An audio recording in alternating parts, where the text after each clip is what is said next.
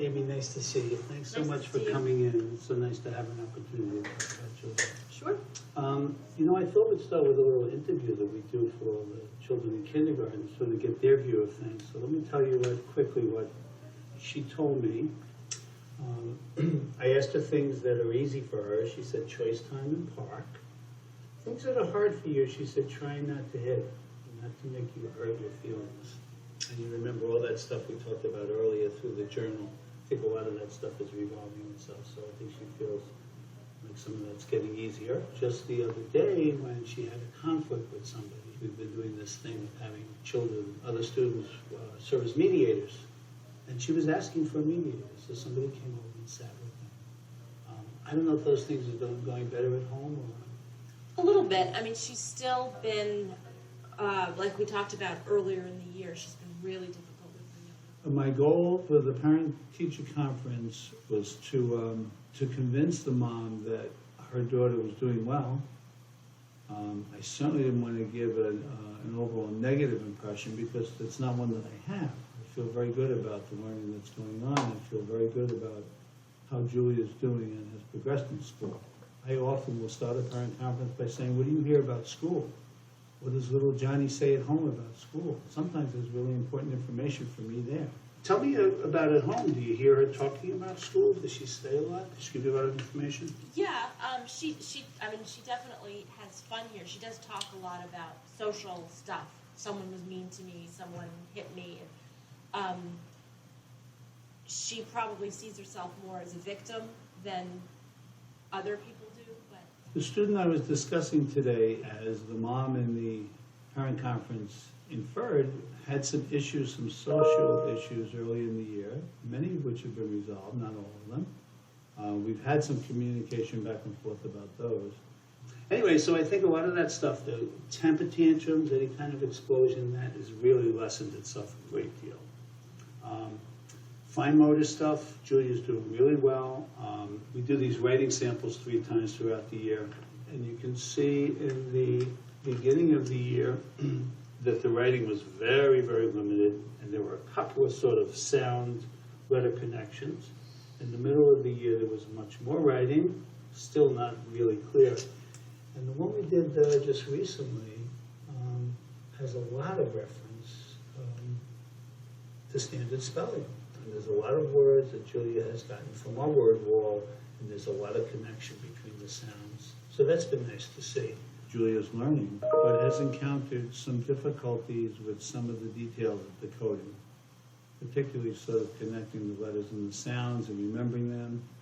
And, on some days I think, oh, it's just a matter of time. On other days I think there's something here that there might be a better way of getting it across. Oh, I wanted to show you her book because she really was proud of it. We've been publishing books. This is a book called I Like My Bed. And it's taken months to do this. But she did all the writing herself with a little bit of help. And we put the text in. I like my bed. I like to play in so my bed. why did she do it twice sometimes and then cross out that one? Maybe she didn't like the way it looked. She wanted to do it again. In these guided reading groups you said they were in, where is she in terms of level with the other kids in comparison? Is she sort of at the top of the class? We have all different levels. We have some kids who are reading way ahead. We have some kids who haven't even begun this yet. So she's at a good place. She's at a perfectly appropriate place for kindergarten. And in fact, we just recently started doing this little benchmark that they're looking for, and she seems to be right where she should be. So that in itself is not a concern. I just think it's really important that parents know that, that there are good things going on. I can't, in all my 30 years of teaching, I can't remember having a student where there wasn't something positive going on. And I think it's important for parents to know that. I'm a great believer in kids learning many, many different ways. And so there's always something that we know that a kid in kindergarten does well. I must tell you personally that it is one of the things that I strive very hard for in kindergarten, is that all kids are different and that everyone's seen as a very important part of this classroom community. So we have kids who are great readers, we have kids who are great painters, we have kids who are great block builders. So we value all of those kinds of skills.